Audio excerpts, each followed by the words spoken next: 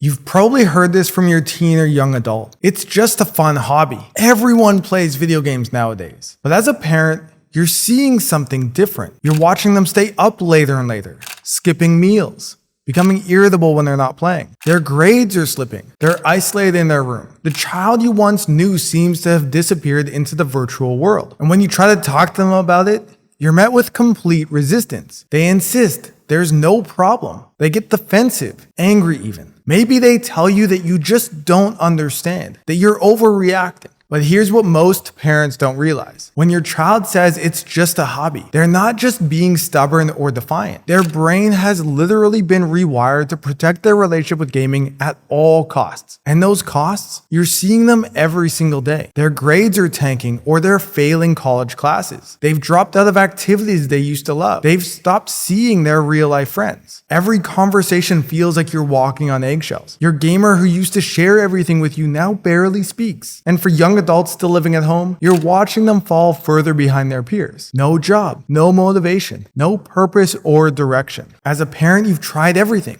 You've tried setting limits, but they always find ways around them. You've tried taking away devices, but they become aggressive or threatening. You've had countless conversations, but they always turn to arguments. You might have even tried bribing them to stop. Yet despite your best efforts, nothing seems to work. The gaming continues, and your relationship keeps falling apart. Now this might surprise you, but your child probably knows they're playing too much. In fact, my research shows 84% of gaming addicts are aware they have a problem for over a year, but they still won't admit it or take steps to change. Personally, I know exactly how this feels, not just as someone who's helped thousands of families through this struggle, but because I was that kid. My name is Adair, and I'm the founder of Game Quitters. Over the past 10 years, I've built the largest community of gaming addicts in the world. My work has been published and peer-reviewed in academic journals. I've trained more than 1,000 clinicians on my methods, and my expertise has been featured in the New York Times, in Forbes, BBC, NPR, and ABC 2020, amongst many others. And I've had the honor of sharing my message in 2 TED Talks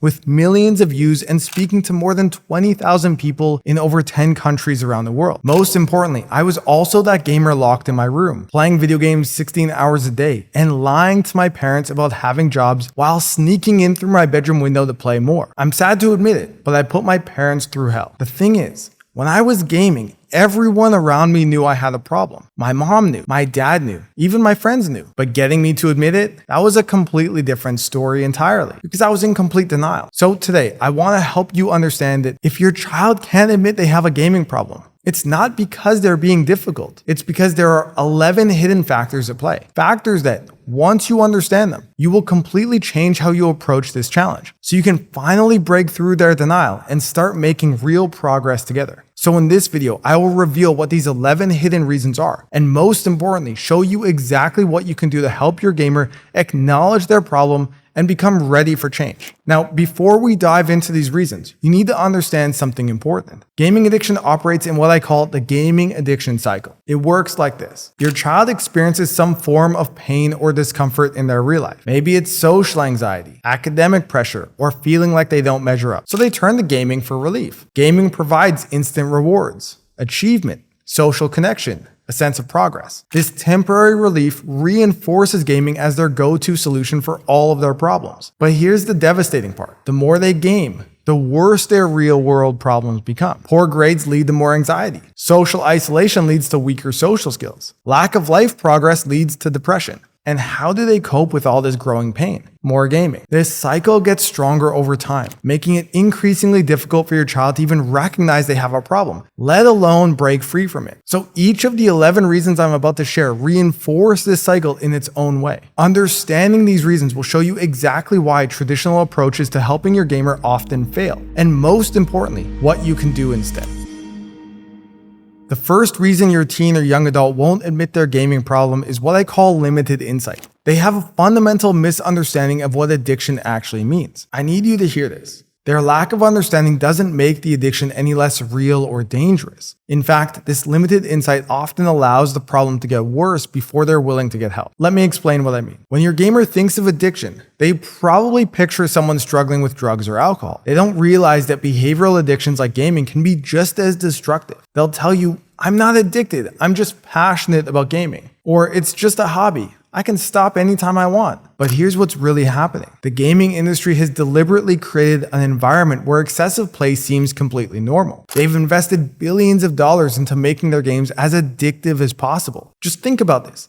There's literally a room full of the world's best psychologists, data analysts, and behavioral experts whose one job is to keep your gamer playing as long as possible. Your gamer looks around and sees all their friends playing just as much. Their entire Discord server is full of people gaming 8, 10, even 12 hours a day. And the streaming community they follow, it's full of people who game for a living. So from their perspective, they're just doing what everyone else is doing. They don't realize they're comparing themselves to other addicted gamers. Like an alcoholic saying they don't have a problem because everyone at the bar drinks as much as they do. This is why as a parent, you can't wait for your gamer to recognize they have an addiction.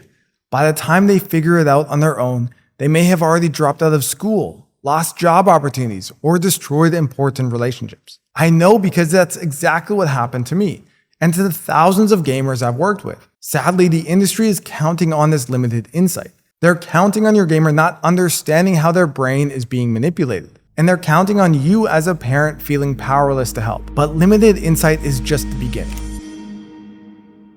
The second reason goes deeper than psychology and cuts straight to your gamer's emotional core. It's gaming stigma. And understanding how it increases their defensiveness will explain why even your most caring attempts to help often explode into arguments. Have you ever noticed how your gamer can handle losing a match, failing a mission, or even getting banned from a game? But the moment you express concern about their gaming, they erupt? This isn't just random emotional volatility. It reveals something profound about why they stay locked in denial. Think about your last conversation about gaming. Maybe you said something like, "I'm worried about how much you're playing. Don't you want to do something else with your time? You used to have other interests. Why don't you just go outside?" And what was their response? Instant defensiveness, anger, maybe even rage. They tell you, "You just don't understand. You're stuck in the past. Stop trying to control my life." But here's what's really happening beneath the surface, and why this matters more than most parents realize. Throughout their life, your gamer has likely been labeled as a nerd, a loser, or a basement dweller. Every time they've heard, "Why don't you just go outside?" Or "Why are you wasting your life on those stupid games?" No matter how well-intentioned, it's reinforced the feeling that society doesn't understand them. I experienced this firsthand. When I was gaming, every time my parents told me I was lazy or wasting my potential, I didn't feel motivated to change. I felt rejected. And guess what I did with that rejection? This perfectly illustrates why the gaming addiction cycle becomes stronger over time. Each day spent building their gamer identity is another day their real identity slips away. The emptier their real life feels, the more desperately they cling to that gaming persona. And here's what makes this particularly challenging for parents. The gaming community has developed a collective defensiveness. Your gamer is part of a culture that actively resists terms like addiction. They've built their identity around being outsiders who found their true community online. This is why they get so defensive when you challenge their gaming, because it feels like an attack on their entire community, their friends, their identity. And this defensiveness points to something even more fundamental, a fear so deep that until you understand it, no amount of reasoning or discipline will break through. The third reason, fear of identity loss, strikes at the very core of who they believe they are. When you ask them to admit they have a problem with gaming, you're not just asking them to acknowledge an addiction. In their mind, you're asking them to give up their entire identity. Let me explain what I mean. In the gaming world, your teen or young adult isn't just someone who plays games. They're someone who matters. They might be a guild leader, a high-ranked player, or someone other players look up to and respect. In games, they have status, achievements, and recognition. They can see their progress every single day. Now, contrast this with their real life, where they might be struggling in school, unemployed, or falling behind their peers. In the real world, they feel lost, maybe even like a failure. In games, they're somebody. I see this pattern over and over again with the families I work with. Parents tell me, "I just don't understand. My son is so intelligent and so capable in these games. He can memorize every detail, lead entire teams, and solve complex problems. Why can't he apply that to anything in real life?" The answer is that admitting they have a gaming problem means confronting a terrifying question. Who am I without gaming? If I'm not a successful gamer, what am I? A college dropout? Unemployed? A disappointment? And here's what makes this situation so urgent.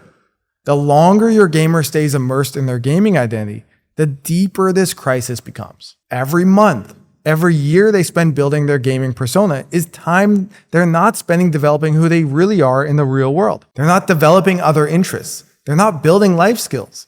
They're not exploring who they could be beyond gaming. The more invested they become in their gaming identity, the more their real identity fades.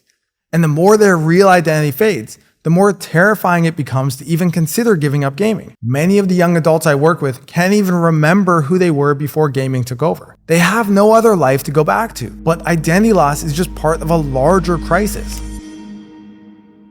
The fourth reason your gamer won't admit they have a problem is the fear of losing their entire social world. And just like we discussed with identity, this fear becomes more powerful and more justified with each passing day. Have you ever said to your child, "Why don't you just go out and make some real friends?" Only for your gamer to respond, "These are my real friends." Now, as a parent, this gets really confusing because what you see is your child alone in their room for hours, talking to a screen, missing family events, skipping social gatherings, and losing touch with old friends. But in their virtual world, they're deeply connected to an entire community. Their Discord is always active. Their gaming friends are available 24/7. When they're feeling down at 3 a.m., there's always someone online to talk to. These aren't just casual gaming buddies. For many, these are their only friends. But here's the painful reality.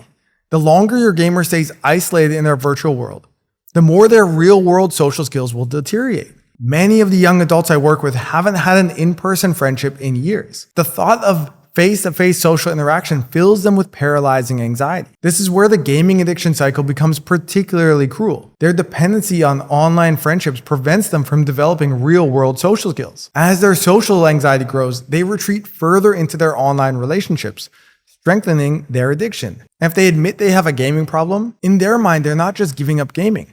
They're choosing complete social isolation. As a parent, this puts you in an incredibly difficult position. You don't want to cut them off from their friends and support system. That feels cruel or maybe even harmful. But you're also watching day after day as more time online leads to deeper depression, worsening anxiety, failed classes, constant arguments, and they're just not functioning like a normal human being. It's a heart-wrenching paradox. Their gaming friends seem to provide support, yet their overall mental health keeps declining. This is why it's so crucial to understand that while gaming is providing real meaningful connections for your gamer right now, it's simultaneously trapping them in a cycle of isolation that gets harder to break with time. The solution isn't as simple as cutting them off from gaming. It's about understanding what gaming provides them while helping them rebuild their ability to connect in the real world. But identity and community are just the surface level barriers we can see. To truly understand why your gamer stays locked in denial, we need to look deeper into their brain itself. Because gaming isn't just providing friendship and identity. It's literally rewiring their neural pathways in a way that makes change feel impossible. The fifth reason is due to how gaming changes the brain. Have you ever noticed how after a long gaming session, your child almost looks like a zombie? How simple tasks seem overwhelming to them? How they can't seem to find pleasure in anything except games? This isn't laziness or a lack of motivation. It's their brain chemistry being rewired by gaming. This happens because when your child plays video games, their brain releases dopamine, a neurotransmitter that regulates motivation and pleasure. But gaming doesn't just release normal amounts of dopamine. Gaming triggers dopamine release up to 100 times higher than normal levels, similar to the impact of certain drugs. And this is where the trouble begins. While gaming, their brain is being overwhelmed by these huge dopamine spikes, and it starts shutting down its natural dopamine production. This is the neurological engine driving the gaming addiction cycle. Their brain becomes rewired to need gaming just to feel normal, making each attempt to stop feel more difficult than last. But it's not just about pleasure and motivation. Gaming actually impairs their brain's decision-making center, the prefrontal cortex. This is why logical conversations about gaming's impact seem to go nowhere. When you try to reason with them about grades, about their future, about their health, their brain literally cannot process this information normally. It's like their thinking brain has been temporarily shut off, replaced by an overwhelming need to play. Gaming has also become their only system of emotional regulation. When they're stressed, they game. When they're anxious, they game. When they're bored, they game. When they're depressed, they game. Their brain has lost the ability to manage emotions in other ways. This creates a perfect storm.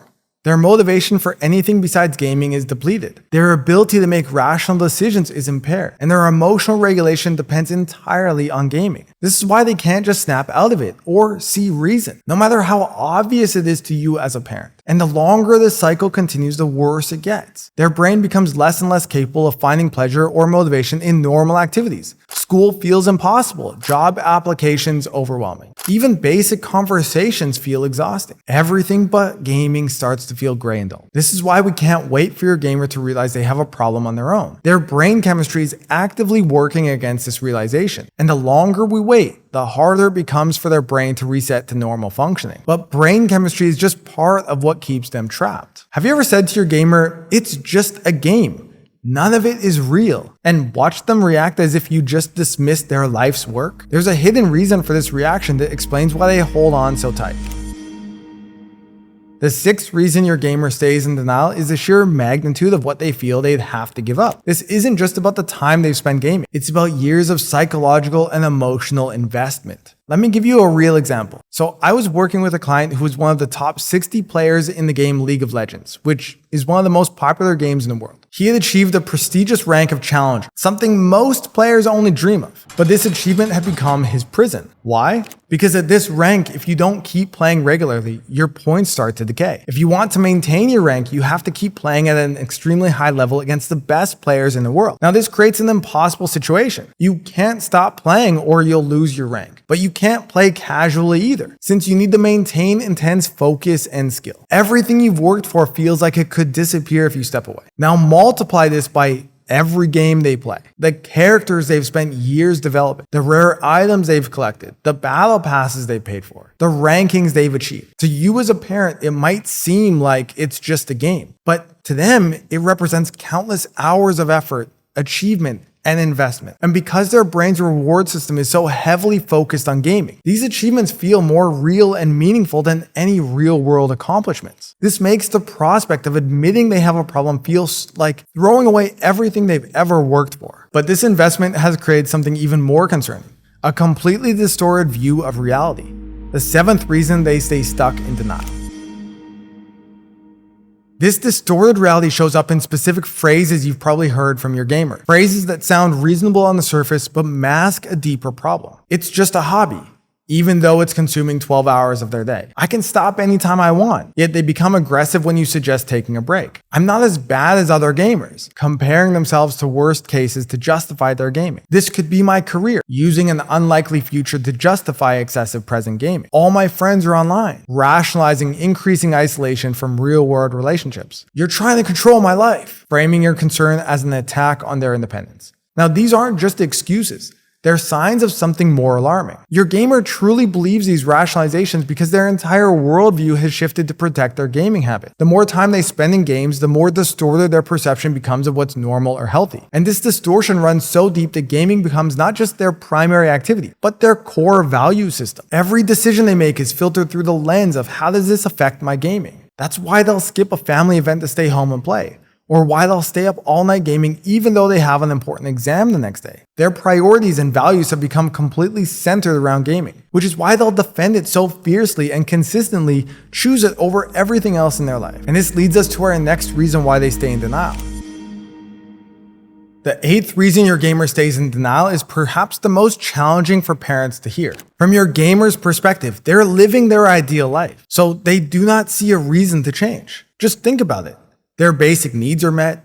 You're providing food, shelter, maybe even giving them money for games. Their social needs are met through their online friends. Their sense of achievement comes from gaming. Their emotional regulation comes from gaming. Their entertainment comes from gaming. From their perspective, why would they want anything to change? Now, this creates a complicated situation for parents. You see your gamer's life getting worse. Their mental health is deteriorating. Their future is slipping away. Their real life skills are declining. You know they need to make a change. But when you try to restrict gaming, you're met with intense aggression, threats of violence, or maybe even threats of self-harm. Now, your friends might even tell you to just kick them out. But as a responsible parent, the prospect of your child being homeless is terrifying, and rightfully so. So you're forced into an impossible choice. Risk these severe consequences by restricting gaming, or at least maintain the status quo and watch your child's life continue to unravel. And let's be honest, any loving parent will prioritize their child's immediate safety over unpredictable long-term consequences. This comfort is what makes the gaming addiction cycle so hard to break. Your gamer feels no urgency to change because their immediate needs are met through gaming, and you feel trapped between enabling their addiction and risking severe consequences, all while their underlying problems continue to grow.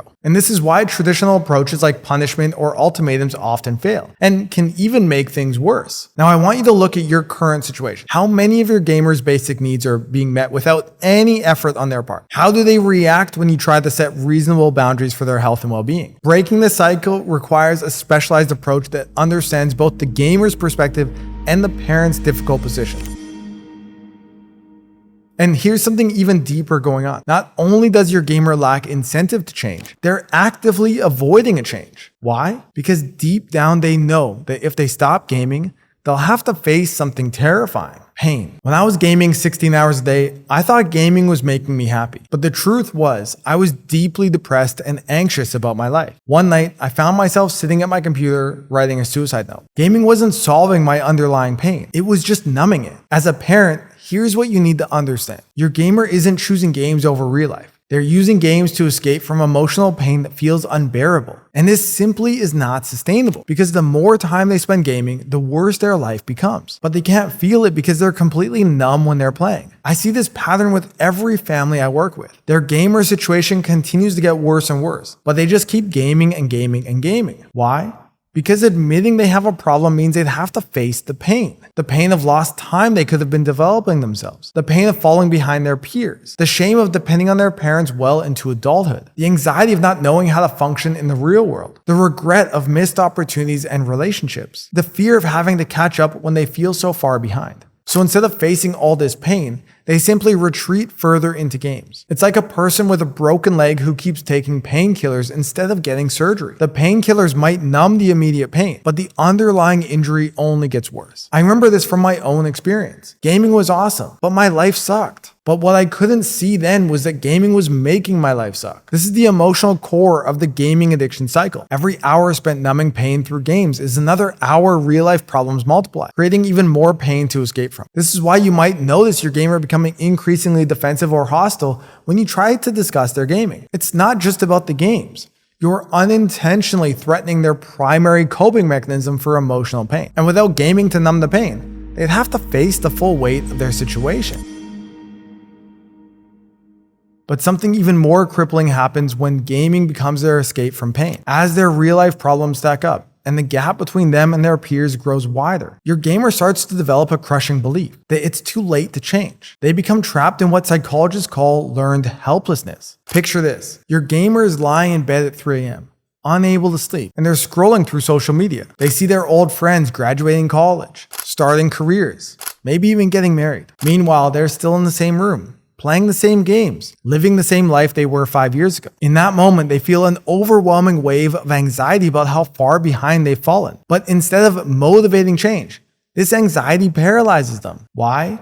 Because they've developed a deep belief that they can't change. I see this with nearly every gamer I work with. They've usually had multiple failed attempts at school or work. Maybe they tried college but couldn't focus and dropped out. Maybe they got a job but couldn't maintain a normal sleep schedule and lost it. Each setback reinforces the idea that I can't function in the real world. Meanwhile, in games, everything makes sense. There's a clear path forward, clear objectives, clear rewards, clear progress. This is where the gaming addiction cycle becomes truly insidious. The more overwhelming real life feels, the more appealing the simple structured world of gaming becomes. And the more time they spend in that structured world, the more chaotic and impossible real life appears. I remember this feeling too. The longer I gamed, the more overwhelming the real world became. How could I possibly catch up? Where would I even start? What would I even do with my life if I wasn't gaming? The future felt like this unpredictable void. So let me share a conversation I had recently with a 26-year-old gamer that really struck with me. He had this moment of clarity where he was wondering why he couldn't get a job, why he had no marketable skills. And then it hit him. He had spent the last 8 years of his life gaming, while his peers were in college, learning trades or starting careers.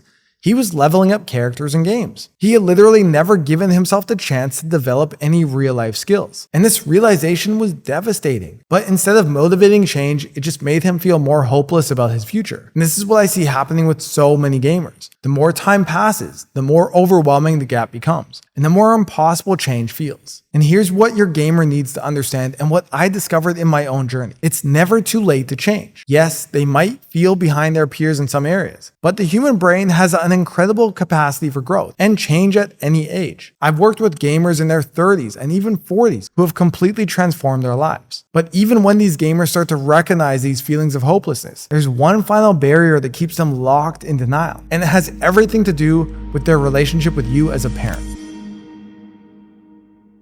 The final reason your gamer stays in denial is probably the most surprising for parents to hear, but it's crucial to understand. Your gamer might actually recognize they have a problem, but admitting it means admitting that you were right. I see this dynamic play out in almost every family I work with. The more parents try to point out the gaming problem, the more defensive and resistant their gamer becomes. It's not just about gaming anymore. It's become a power struggle. Let me explain what's really happening here. For many gamers, especially young adults still living at home, gaming has become their way of asserting independence. It might be the only area of their life where they feel in control. So when you try to address their gaming, they perceive it as a threat to their autonomy, their dignity, or even their identity as a young adult. I experienced this myself. When my parents would try to talk to me about gaming, I'd become incredibly defensive. Not because they were wrong, but because, let's be honest, deep down, I knew they were right. But admitting that felt like surrendering my independence. It felt like admitting I was still a child who needed my parents to manage my life. And this power struggle becomes yet another force driving the gaming addiction cycle. Your attempts to help are seen as an attack on their independence, driving them deeper into gaming as a form of rebellion. This reinforces their denial and makes them even more resistant to change. That's why traditional approaches like confrontation, criticism, or trying to force them to admit they have a problem often backfire. These approaches just reinforce the power struggle and drive your gamer deeper into denial. But here's what gives me hope, and what I've seen transform countless families. When gamers can find a way to address their gaming that preserves their dignity and sense of autonomy, everything changes. When they feel understood rather than judged, supported rather than controlled, they become far more open to change. I've seen this work miracles even in the most resistant gamer, but it requires a completely different approach than what most parents have been trying. So now you understand the 11 hidden reasons your gamer stays in denial. But here's the truth. Understanding these reasons isn't enough to create change. In fact, your gamer might already know many of these things themselves. In a recent study I conducted with Game Quitters members, 84% of gamers said they were aware they had a problem for over a year before seeking help. Think about that. Your gamer might already know they have a problem. They might lie awake at night worrying about their future, feeling the weight of all the time they're losing, knowing things need to change, but feeling powerless to break free. But awareness alone isn't enough to create change. The problem isn't that your gamer doesn't know. It's that they don't know how to change. And I see so many well-meaning parents get stuck here. You try everything. Punishments, taking away devices, rewards for not gaming, countless arguments, even bribes. But nothing seems to work. If anything, these approaches often make things worse. Because addressing a gaming problem isn't about finding the perfect punishment or the right words to say. You can't force someone to change, but you can create the right conditions for change to occur. This is particularly important when it comes to getting help. I can't tell you how many families I work with who have been through counselor after counselor without making any progress. But to me, it makes sense. Just think about it from your gamer's perspective. Imagine walking into a therapist's office to speak to someone who doesn't even understand video games. Either your gamer will hide their behavior because the therapist doesn't know the right questions to ask, or worse, the therapist isn't equipped to help them with it in the first place. That's why, as an expert on gaming addiction, I've developed what I call the road to change. It's a comprehensive approach that creates the right conditions for a transformation to occur. The road to change is specifically designed to break the gaming addiction cycle at its core. Instead of just treating symptoms or forcing temporary changes, we address the root causes that keep your gamer trapped. My method has been developed based on extensive research and practical experience working with thousands of clients over the past decade. There are 6 key phases, and it will guide your family from strained communication